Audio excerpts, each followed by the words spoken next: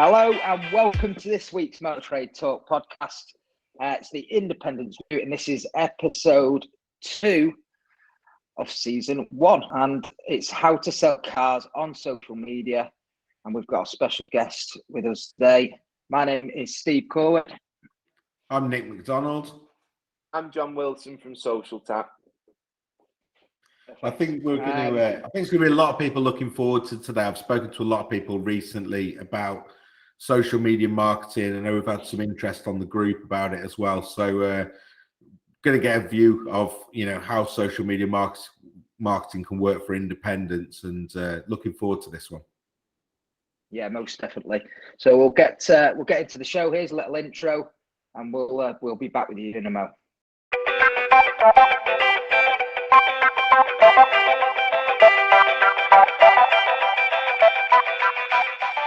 So this bit is usually, we've only done one episode, where we bring a news topic in, but I haven't got anything this week. Have you, Steve? Not really. Right, you, John?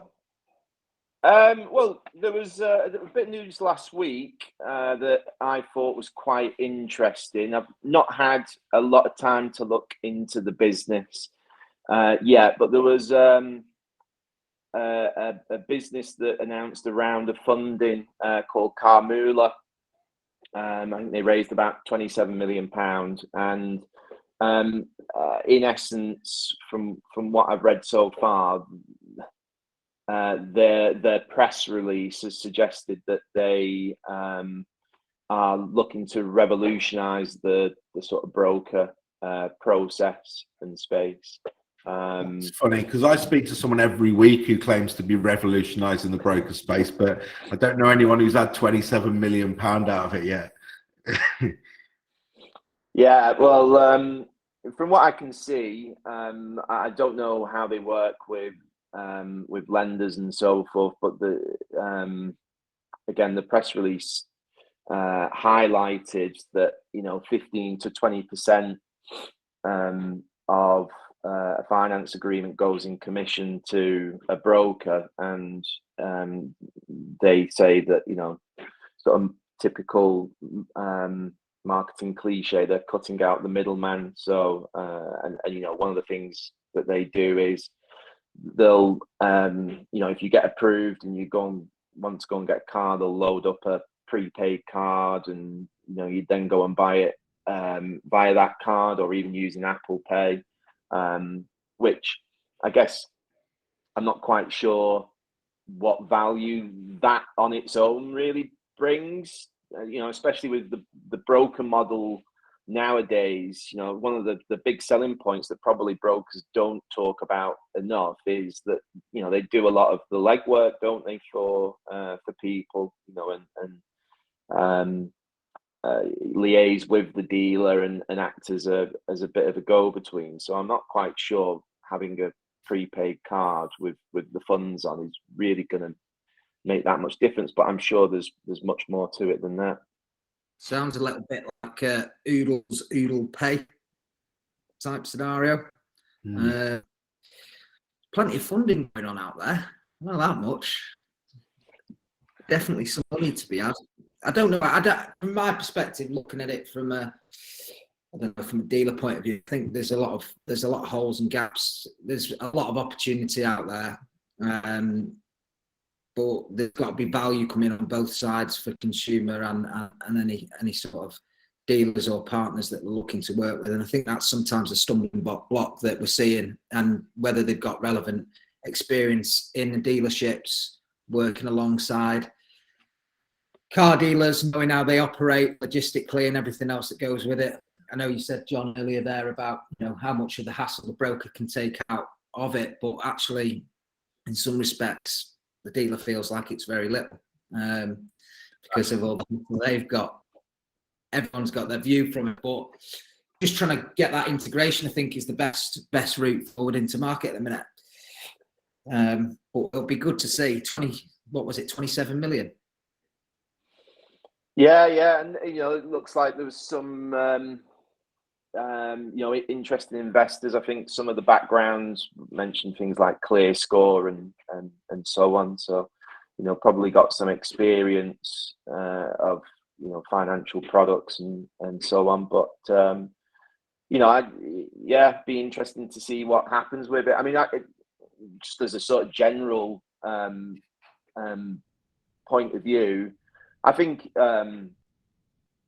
it's a really encouraging sign for the industry, really, that there's all this sort of money floating around in terms of investment and new businesses coming into it. I know that without going into the Carzoo subject too much, but I think that rather than seeing these businesses like Carmoola and what have you, seeing them as a threat, I actually think that even the really small independents can actually benefit off the back of it, as long as they are smart about it, if that makes sense. Almost like swimming in the slipstream a bit.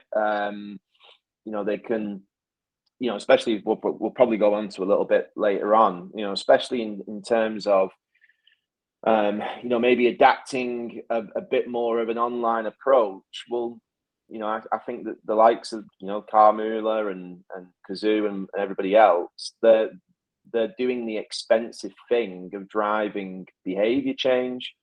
They're going out there, spending all this marketing money, making people feel safe and comfortable with buying cars in a new way, which doesn't mean that traditional dealers have to, disappear. Far from it.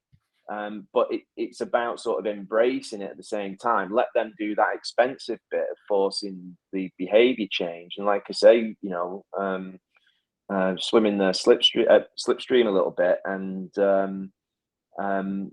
there'll still always be people that might decide that they'll want to buy a car online, but would much rather do it from a local dealer or a smaller dealer. So sorry, I've gone off a bit of a tangent there, but I just think it's as an outside, a relative outsider in the industry. I mean, we've only really been involved in it in the last 3 years. I think we've been very lucky, really, because it's very, very exciting at the minute. That's how I see it. Anyway, I see it as really exciting that there's all this money getting invested into it. I think when you look at something like that, Carmoola, I don't know anything about them, to be honest, which is pretty poor prep for the show.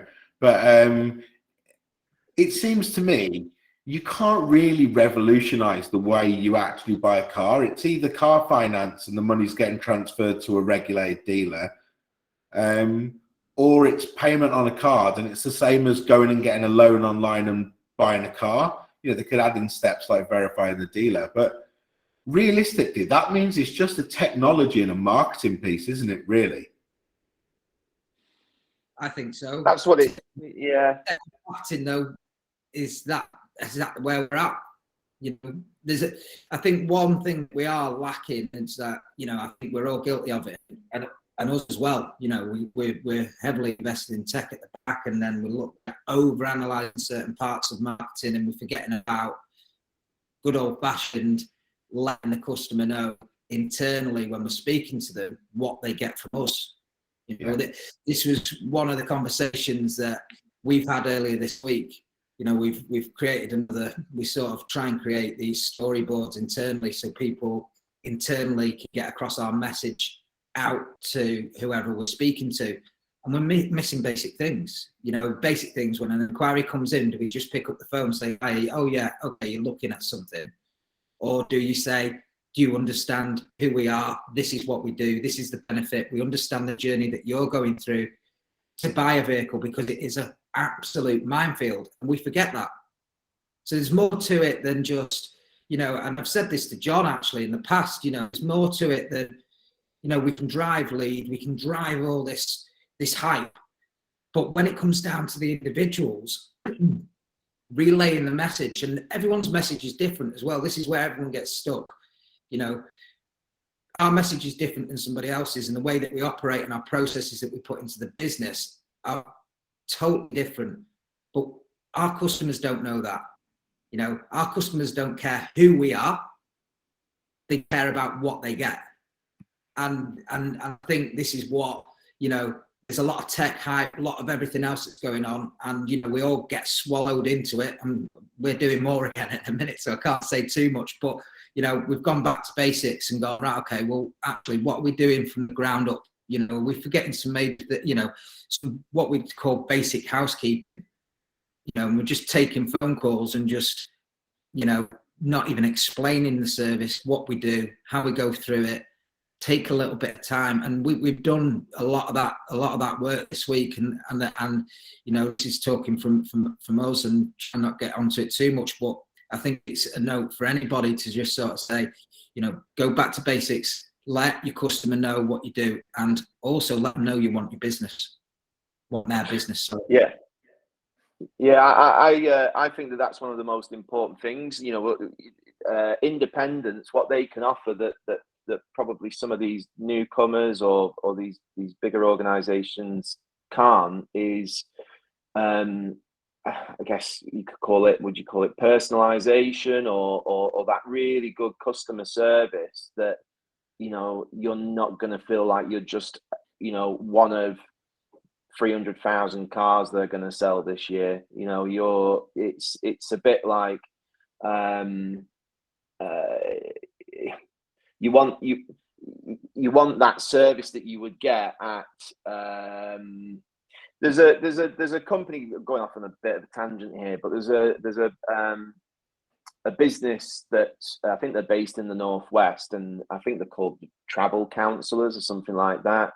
And you've got a single person that you ring up, and they're going to sort out everything for your holiday for you, and you're going to get that a higher level of service. You can go and book a holiday on whatever, teletext holidays or Virgin holidays or whatever, can't you? You need to be careful. This is something we've been looking at. I don't want too much coming out the back.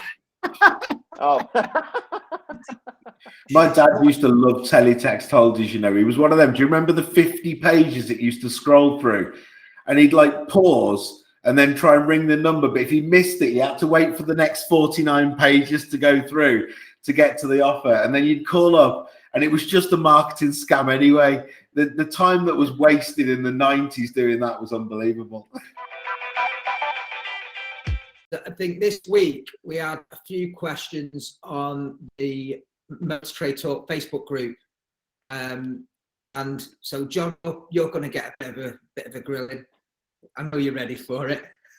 Yeah, we'll go quick fire on these. So I think the first one is, and it links into what we were just saying, is when it's quiet, what can dealers do to differentiate? Because there's always that: should I cut back on marketing? Should I push it forward? What do you do when it's quiet to stand out? Well, I mean, it's just quite logical, really, isn't it? That when things are quiet, you probably need to work harder, and by work harder, I mean do more marketing to bring in more inquiries. I mean, there can be times when you're fighting against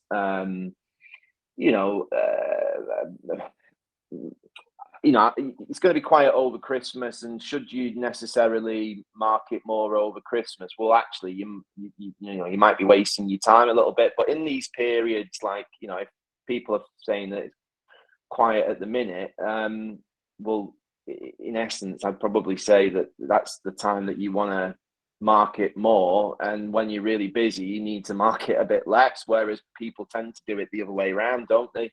When they need the business, they turn advertising down because they're trying to save some money.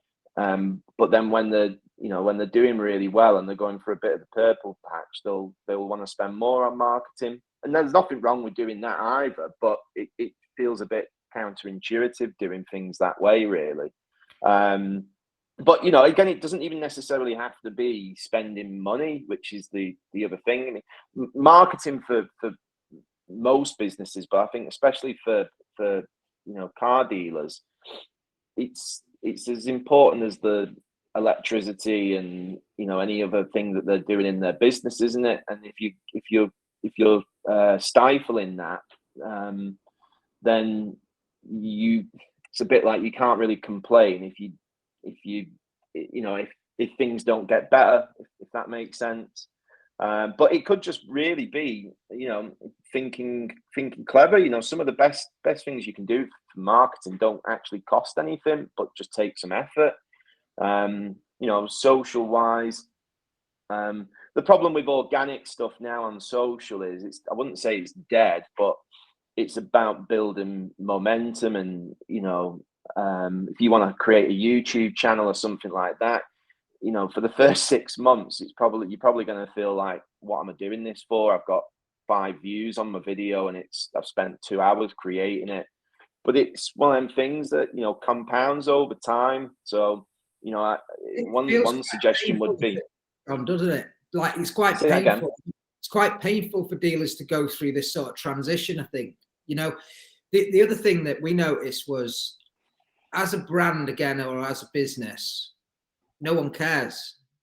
So, when we've got individuals doing some bits on their own social platforms, you look at organic engagement levels from you posting as a business and then you posting as an individual. The individual is just through the roof because they feel like they've got that connection. Do you think that's something that more people should look at doing?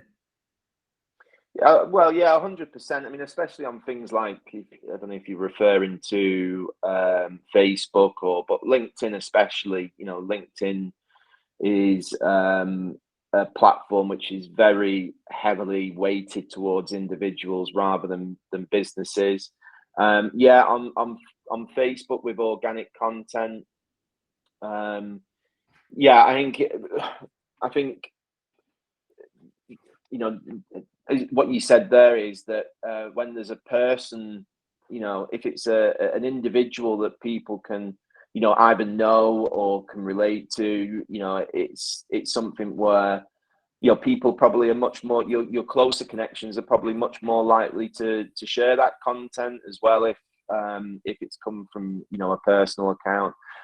I'd say one of the big lessons I would say is actually think about your slow periods next year, and that should give you the reason to start doing a lot of these things now, if that makes sense. So even with like paid spend, paid media, Facebook ads and what have you, it's very, very difficult to move the needle on stuff daily, if that makes sense. Like, so if someone, go, oh, you need to think more in weeks and months. So that's even when you're manipulating it by throwing money at it. What my point about that sort of compounding of, organic content, whether it's YouTube or whatever, even though, for the next 6 months, it's probably not gonna do much, but you're thinking for next year when hopefully you've built up enough of an audience and you've done a good enough job that you're less likely to have these quiet periods because you can leverage it at that point. Is this a problem though that we've got? And this is actually something that I always talk about, is the level of consistency, because we're always expecting something today. So, you go and put a post out on social media today, as an individual, or you've got a member of your team or whatever it may be, you're coming up with some strategy and you don't get a deal off it. Oh, this doesn't work. This does not work. It's not about what you put today. It's about delivering consistency and brand and letting people know what you do. So when you plant a seed, that's the way I look at it, that you can't gauge on today. And then if you're looking at YouTube, you've got this evergreen type content model where it sort of just keeps coming up, people, but are we all guilty of it? I know I am at times, where we're just wanting a result. It's this Amazon world that we live in, where you order something, you get it tomorrow. We expect the same for what we're doing from a marketing efforts. I think instant gratification. If you look back historically, the motor trade, especially independent motor trade, has been, I buy 20 spaces on Auto Trader. How many can I sell? I stock 30 cars. How many can I sell? And the conversations we always have are, how is your month going? Not how's your year going? How is it now? Not how's it been this year? And it that's very much how we are, isn't it? It's how's this month going? How is it going right now? And I think we're not used to in this trade working out over time, like how many people have a marketing budget, so that instead of going, I'm a bit short this month, I can't afford to go and spend that money on paid, or I can't, put resources towards marketing. It's kind of, what's in my budget for this year? Have I got anything spare from the good times? And I do think, that shift towards planning is going to be really important, instead of just staying with the status quo of how many spots have I got on Auto Trader. Well, there's a couple of other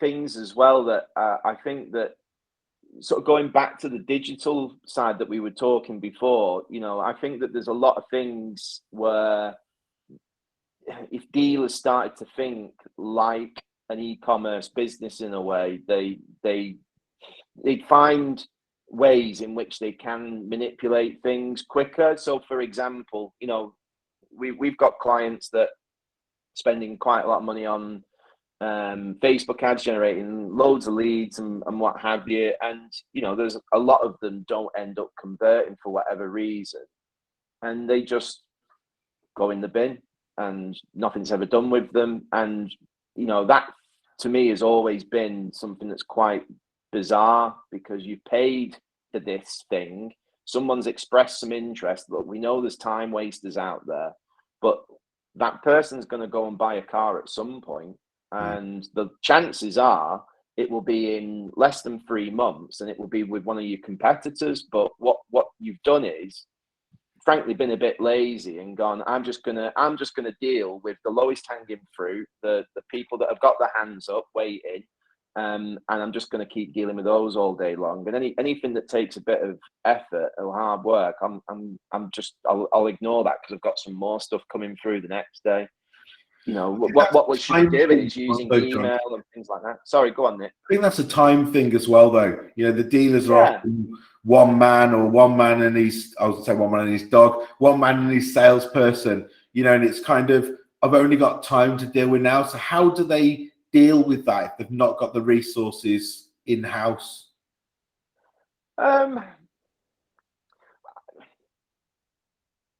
If I'm being completely honest, and hopefully nobody thinks I'm being a bit blunt here, but I don't think that's an excuse anymore, because it's that easy to go and find someone who can send an email campaign out for you for about 20 quid.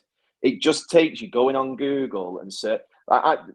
Anybody comes and works at Social Tap, one of the first things that I'll say to them is, Google is your best friend. If you want to learn how to speak any language you want, you can do it now on the internet. As long as you've got enough, sort of motivation to do it. So I know that there'll be some people that really aren't inclined to learn how to do it themselves. That's absolutely fine. But you can go on websites like Fiverr and pay someone literally 20 quid.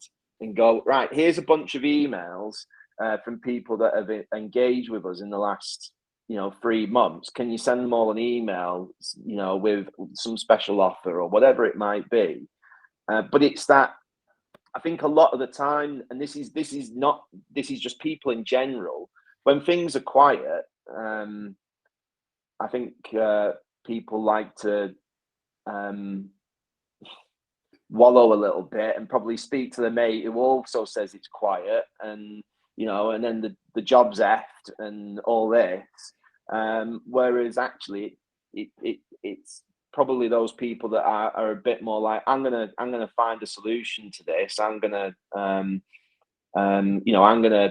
think outside the box. Good point actually is, let's take like when COVID first started, talking about, should we spend more on marketing when things are slow or not?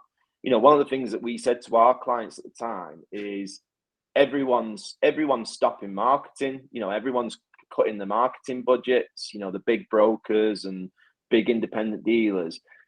that means you should be marketing. If everybody else is doing that, you should be doing the opposite of it, really, because you're going to be one of only a very few people that they can deal with.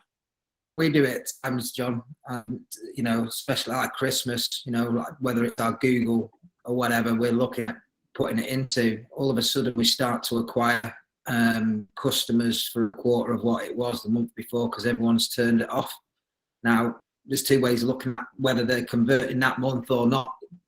The way I look at it is that collecting data and we can remarket to it, and that comes down to how good and how willing we are. But I think one of the biggest problems that we have is that level of laziness, like across, I mean, it's human nature, you know, it's not just our industry, it's human nature, but thinking outside the box, I think, like you say, is most definitely something that we need to get into and sort of work out. I mean, this actually leads us on to a question that actually came from Anthony Frazier on the Facebook group. It says, is it really worth the new level of hassle? And what is the point of Instagram? Also, isn't social media just for influencers and not bigger purchases? So this was Anthony on the Facebook group on Metal Trade Talk. It's exactly with sort of like what we're talking about. And I'll let you answer it, but I can honestly say we've sold a lot of these purchases within our business over social media without even speaking to anyone. Yeah, it's a great question. It's going to be that question of, is it, you know, if you've got 60, 70 cars, it might be worth doing. But what about if it's just me and I've got 15 cars or something like that? You know, how important is it at that low level?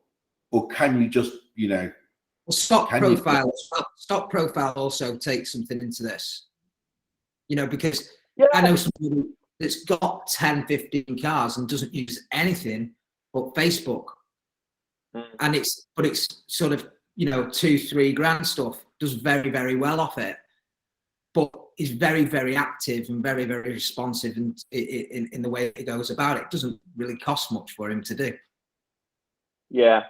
It's a really good question. I'm one of the things that I enjoy most. I don't use, believe it or not, I don't really use Facebook that much myself. But one thing that I do is I'm in a couple of the car dealer Facebook groups. I think one's the memes group, and then there's another one.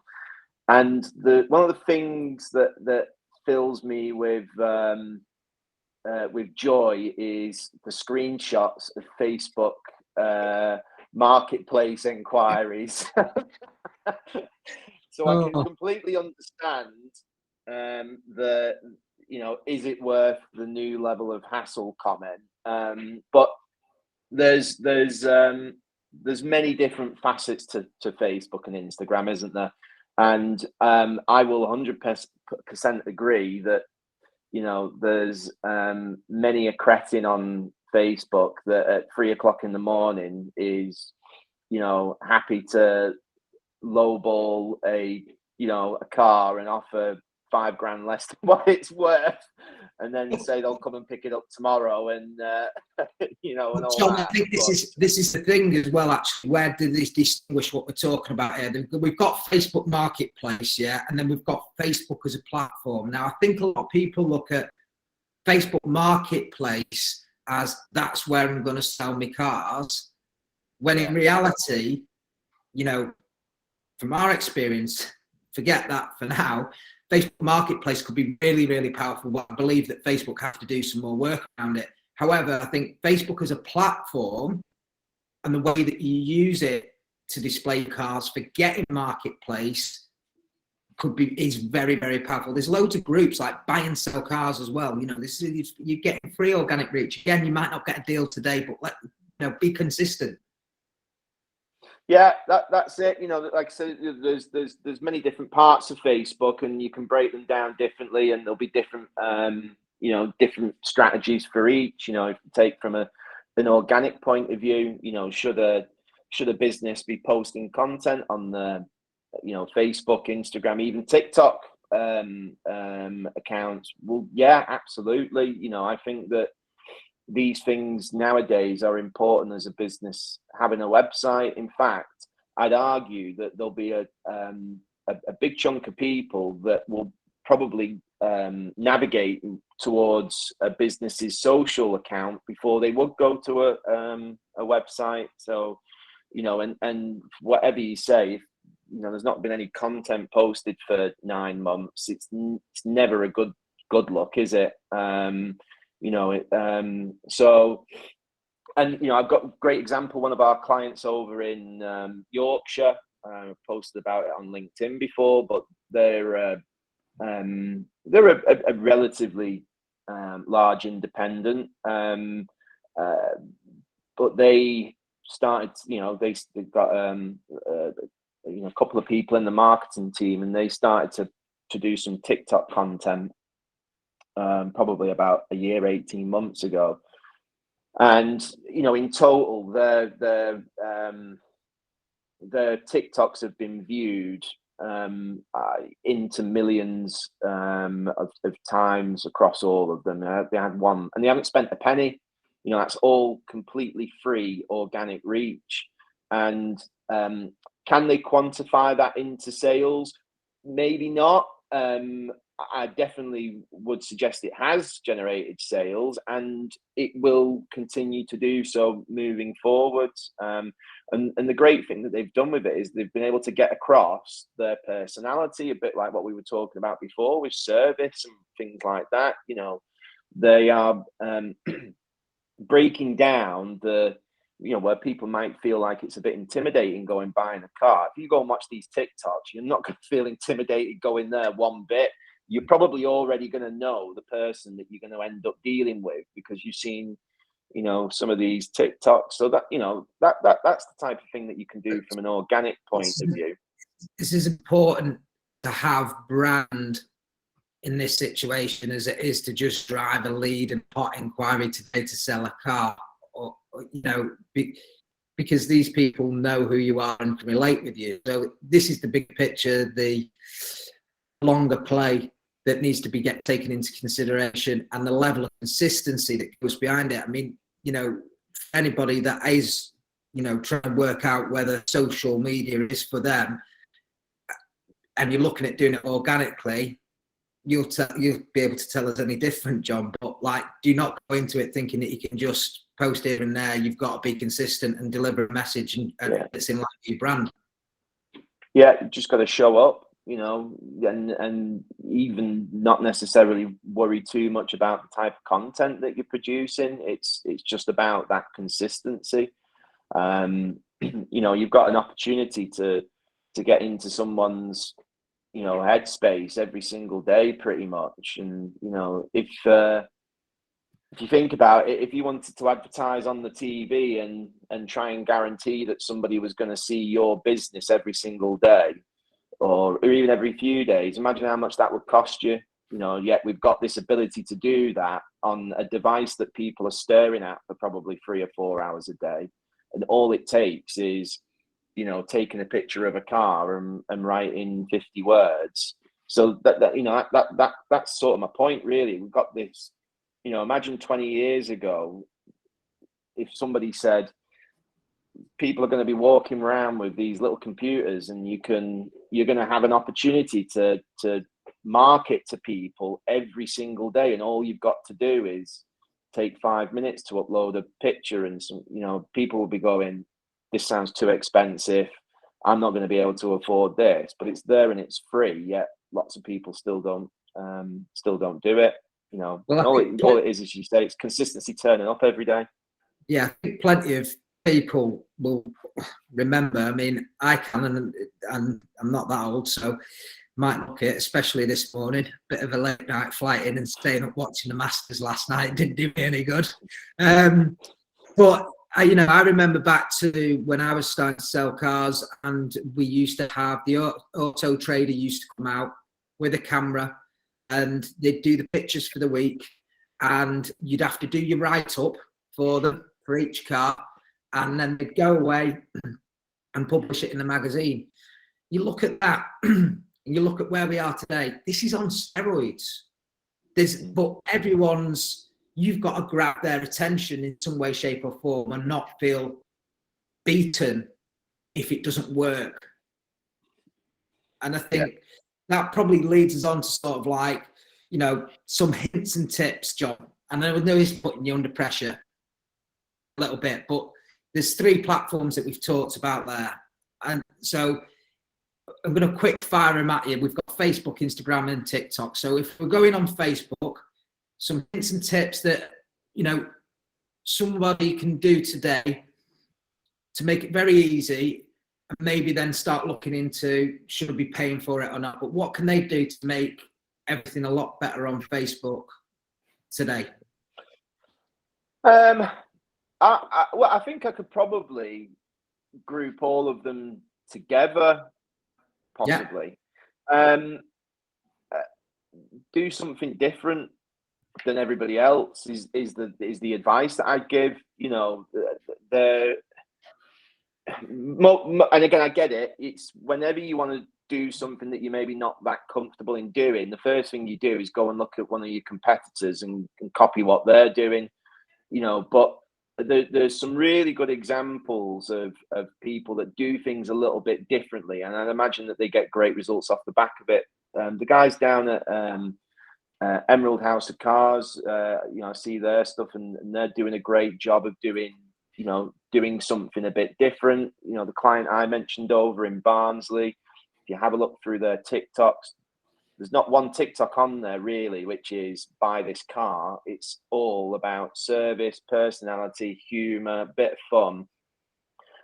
So when we said before about, you know, the opportunity for independence over, you know, these new businesses or these big sort of main is personality, we'll put that across. You know, do some walk around videos, get your face on camera,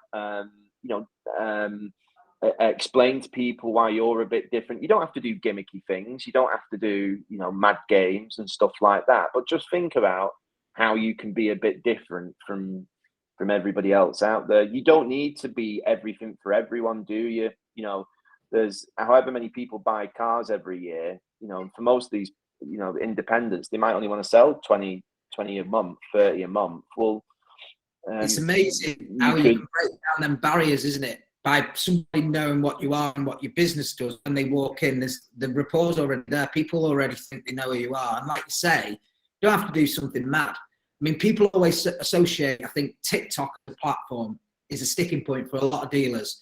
Like they associate TikTok with stupid dances and doing stupid things. Like TikTok can be whatever you want it to be, and can be information based, and you can share whatever content you want on there, based around whether it's a car review, a quick walk around, whether it's information about something. You know, what are the 3 things you would say if you're going to post, like 3 key areas that people will want to sort of engage as such with you? I think there's a good opportunity for education. You know, finance and, you know, even just cars in general, for some people, it's a bit daunting, and they probably, you know, because of years gone by, they're probably worried about, you know, am I buying a wrong gun or whatever, or am I getting stiffed? Well, why don't we educate people then? You know, why don't we tell them how finance works? Why don't we tell them about, you know, what APR is and so on? Why don't we tell them, listen, even if you don't buy a car from me, here's what you should look at when you're going buying a car from someone else. You know, that instantly is going to draw people more to you. So I think that's a good one. Education. I think showing how your business is different from, you know, what experience are you going to get if you buy a car from our business, and how is that different to maybe if you go to big car supermarkets or what have you. I'd say the third one is, and this is probably more from like a personal point of view, as in for the person doing it. I've always said with our business that, you know, as you can imagine, we're advertising other businesses all day, and you know, we've got some great clients that are happy for us to, you know, be a little bit risque, if you like, or, you know, try different things. But with our business, we can do whatever we want because it's ours and we want to have fun with it. So I'd also say find how you can have a bit of fun with it as well, because then you'll enjoy doing it and you're more inclined to show up every day and do something. So, you know, if you can think about, you know, if you enjoy, like, if you're, you know, bit of humor or what have you, we'll put a bit of humor into it, or just find some, you know, have some fun with it, you know, and that's really just like a bit of a mental thing, really, just so that you know, you want to do it every day, if that makes sense. And so they're those three things, and that I'd say that applies whether it's organic, whether it's paid stuff. The other thing, one last thing is just do it. You know, don't agonize over, am I doing the right thing or not? You know, all with any of these things, you know, organic, paid, it's all just trial and error. You know, and you're not going to learn anything from not doing anything. You know, you just go on there, create an ad, see how it works, spend a little bit of money. This is the other great thing, you know, you can spend 40 quid and have a good idea of whether or not something's working or not. You don't have to go and spend 5 grand to then realize, oh, we shouldn't have used that image, or we should have written something a little bit different. You know, that's another sort of really real great thing about social as a platform. Brilliant. I think sums it up pretty well, that, John, to be fair. And I think, you know, speaking from experience, people also worry about other people's perception, and that's why they don't turn up every day, and whether they worry about what people are thinking of them. You know, we're on here doing this. This is, you know, off the, you know, we've not got it refined or anything like that, but we're trying to do something to give back to people so they can understand. But that's what it's about. We started the show, it was very raw. We had a link problem from a tech issue earlier on.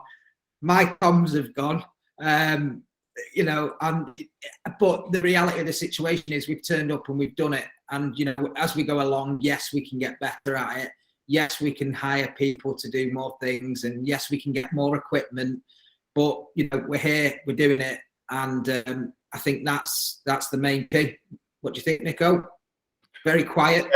It's been a longer discussion than we expected this, but I'd urge people to listen, you know, put some time aside, because there's some real nuggets in there from Jon that I think people can implement, no matter how big or small you are.